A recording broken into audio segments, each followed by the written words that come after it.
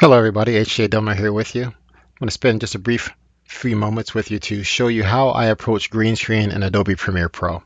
Now, green screen, people are probably familiar with it, where you're going to have a green background and then the computer is going to eliminate all those areas of green so that a background can be placed instead of it.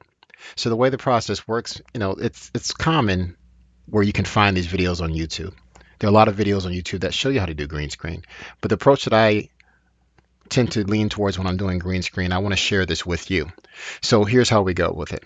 Whenever I'm recording my video, first what I do is I make sure that I have a clean green screen recording. And what I'll do is many times before the interview takes place, what I'll do is I'll do a capture, a test capture, and then I'll capture that video, bring it into Adobe Premiere Pro and go through the process which I'm about to show you. I go through that process once to make sure that the background works really well. So in this tutorial, what I'll do is I'll show you how it works, and then from there, I would hope and would recommend that you would actually go through this process before you capture, because the worst thing you have is if you capture a video and you haven't tested to make sure your green screen is exposed correctly, then you may have a lot of difficulty, a lot of details that you may have to try to figure out later on, and that's not what you want. So let's go ahead and look inside of Adobe Premiere here. So I have a few clips here and I'll put it to icon view so you can see I have a picture of a young lady here with green screen. I have a background which is white, which you already see up here in the effects control, and then the third piece here is just the timeline that I have. The way that it works as far as my green screen, I'm going to bring that over here to the timeline, and then I'll just pick a frame of video here. And the way that it normally works, obviously, when you have video on a timeline, generally you have the video, and then from there what will happen is it'll move towards the actual image or clip that's there. Well, Chroma key or green screen works the opposite way. You need to have the actual image of what you're working with, your video, or whatever it is that you're looking to key. You want to make sure you have that part there in the background. So now I have my video that I want to work with, and then I have the solid background that I created. And just to cover that for a second, what I did is I went to color matte, and then whenever you create color matte, it's going to ask you for the details for your settings. I click OK, and then I select whatever color I want. In this case, I chose that white background, so that's how I got that there.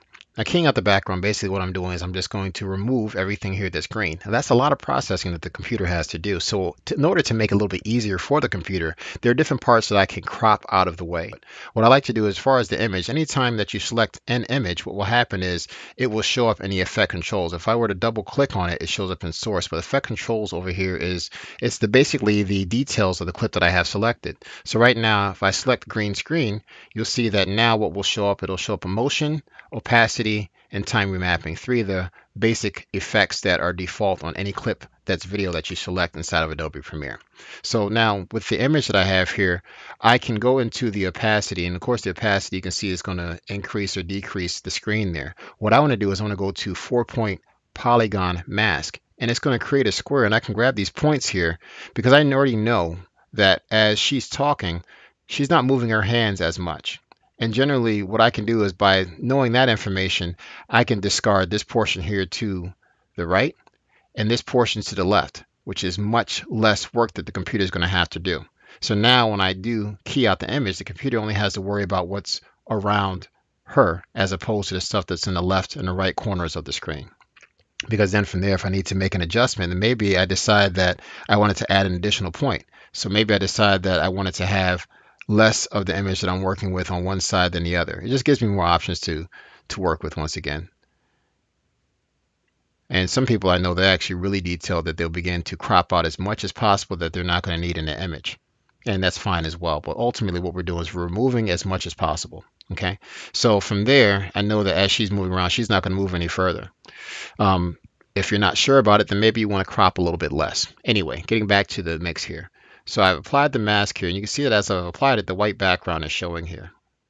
Okay, now what I want to do ultimately at the end is now I want to go ahead and add my key. And if I go to effects, I go to ultra key, I can do one of two things. I can drag it directly on the clip here, or I could have just dragged it directly onto the effect controls here. But now that I have that there, the last step is going to be clicking on key color, and then that image will be keyed away. Now, there may be some adjustments we have to do, and I'll show you that in a moment. But what will happen is now as I've clicked on the key, I'm going to click as close as possible to the subject on screen and click here. And you can see that it's removed most of what I have, but I can see that there's a little bit of gray showing here.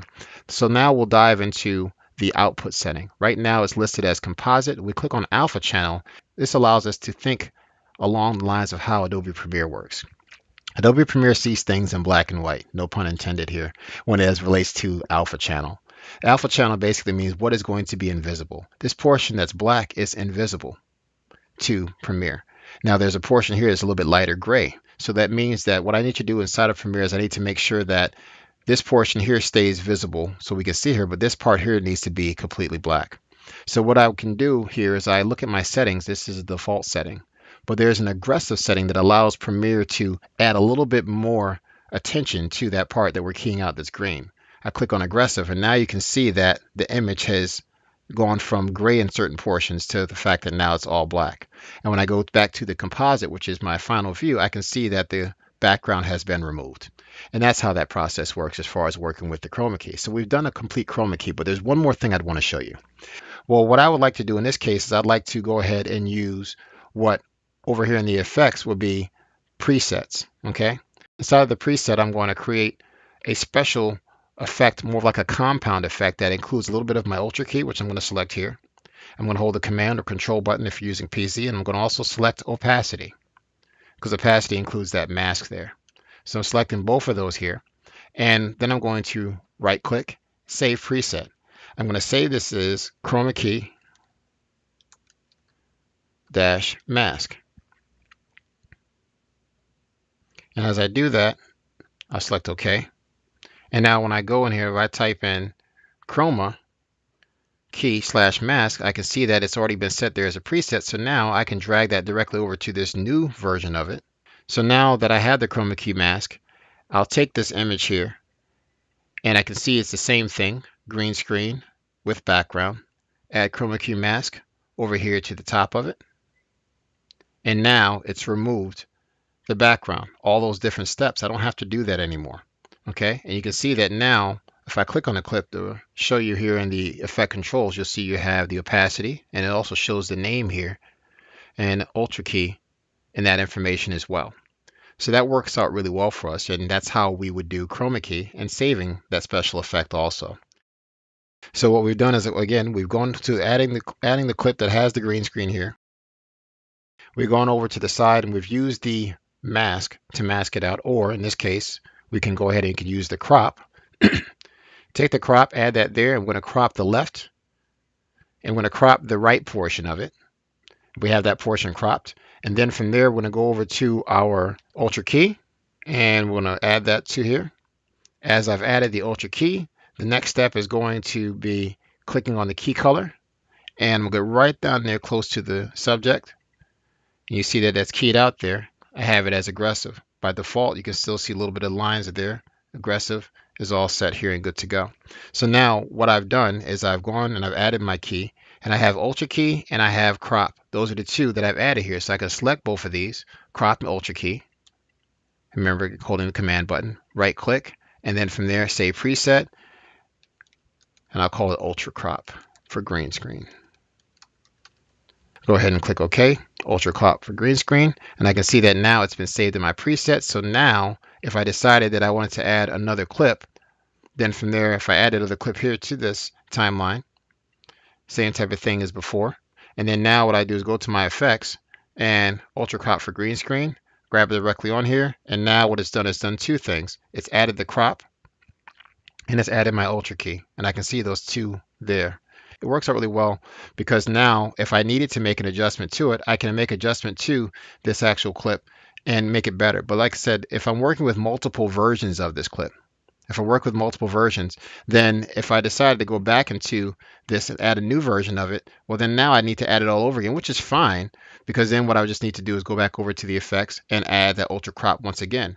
But maybe I don't want to do that process over and over and over again. It can get quite tedious, I would say. So then what I would do is over here, we've been working inside of the actual video effects itself. Maybe we go over to the master.